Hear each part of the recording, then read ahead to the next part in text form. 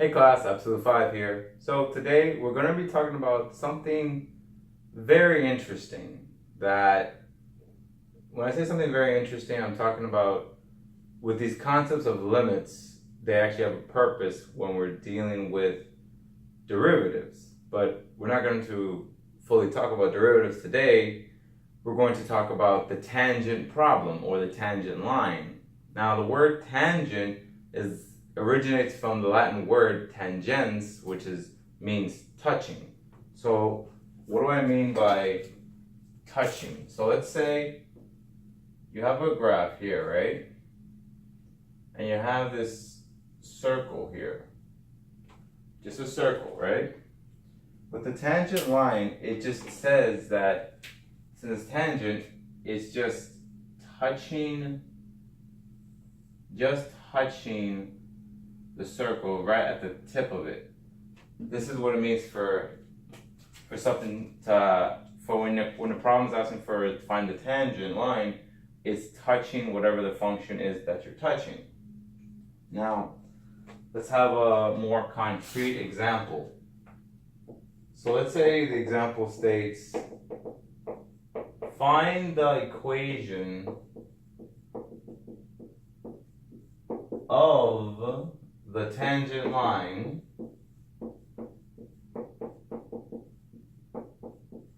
to the parabola y equals x squared at the point 1, 1.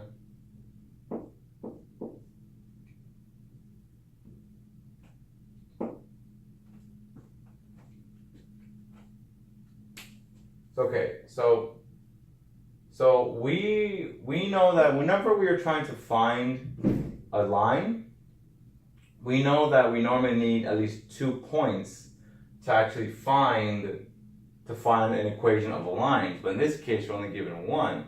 However, we are allowed to use the secant line itself to actually get us another point. So ideally,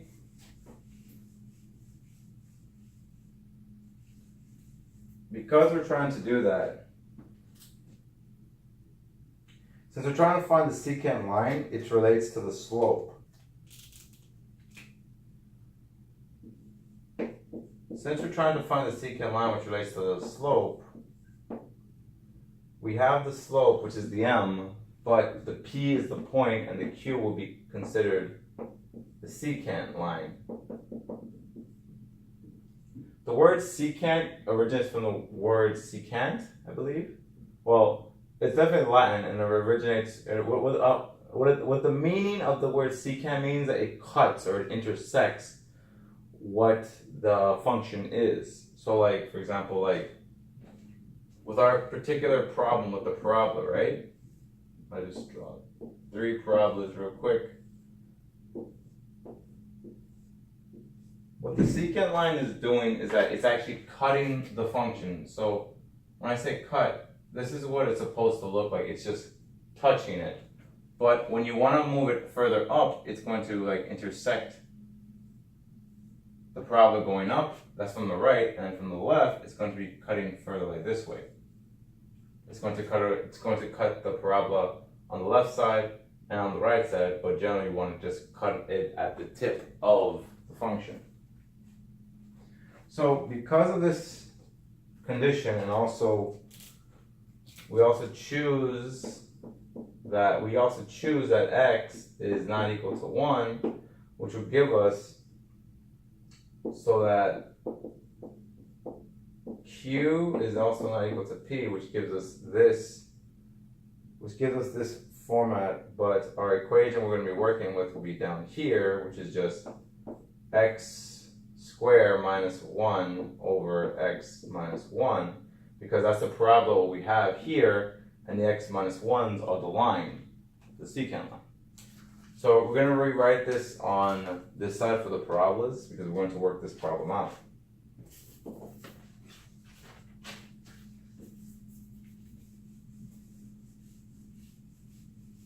So before I work it out, a very important note that I want you guys to know, which which will help you from here on in, whenever you're doing calculus, always remember this note. Like, put a star next to this, this is very important.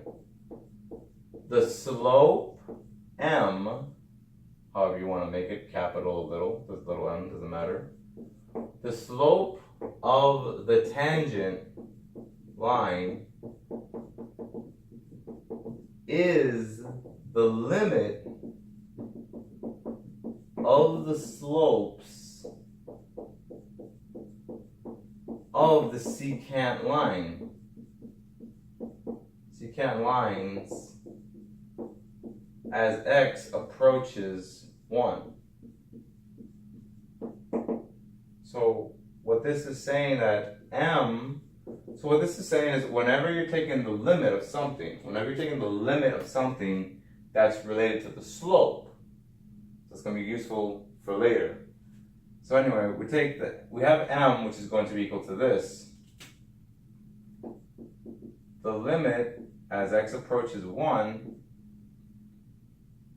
of x squared minus 1 all over x minus 1 so we're going to need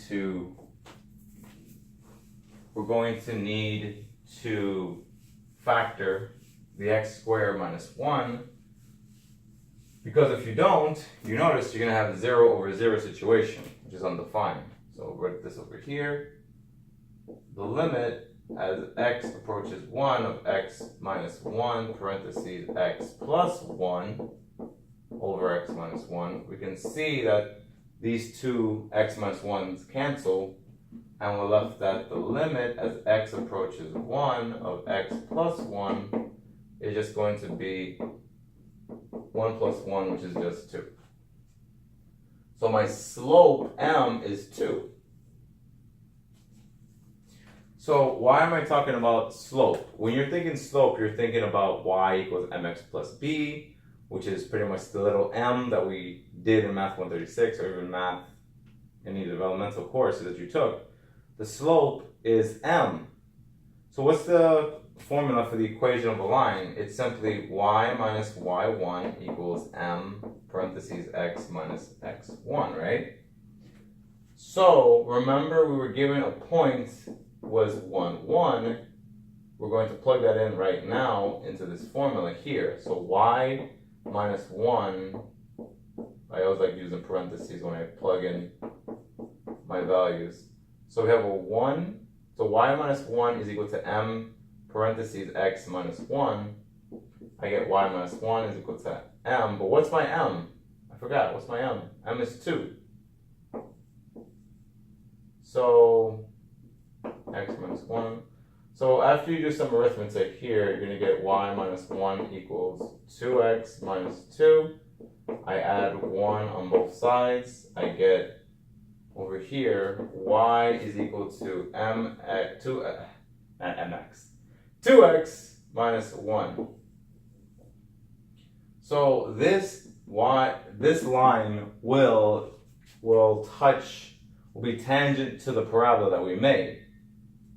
Now, why do we need to understand this whole concept of tangents? Well, tangents or slopes are related to finding derivatives. If anything, if you take a derivative, you're actually essentially finding the slope of your function. That's the main point why I said you should know this note. But we're not done. Let's write out the definition of the tangent line. What does it mean for something to be tangent? So definition. The tangent line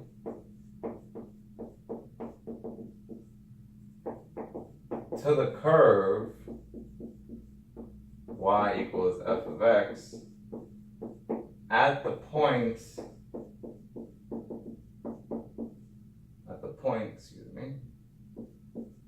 P of A of f of A, right, is the line through P with slope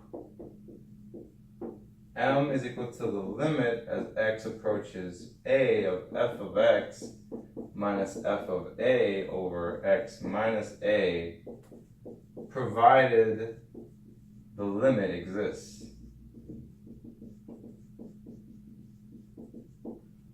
Now, if you have never seen this before, this is a good experience because you're going to use this type of idea to find slopes of your functions.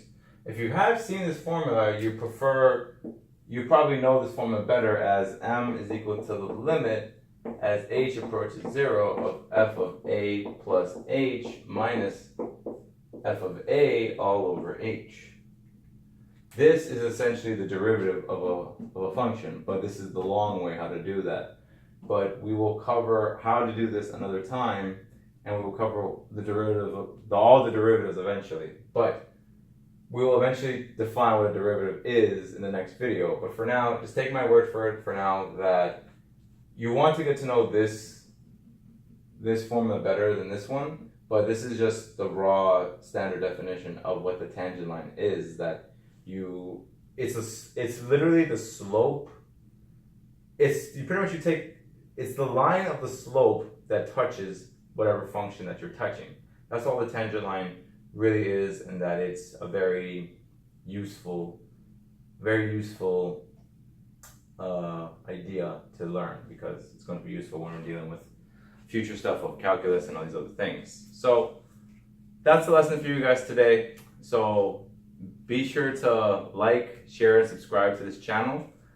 Also, if you like my videos, be sure to leave a comment and also to hit that bell button beside the subscribe button.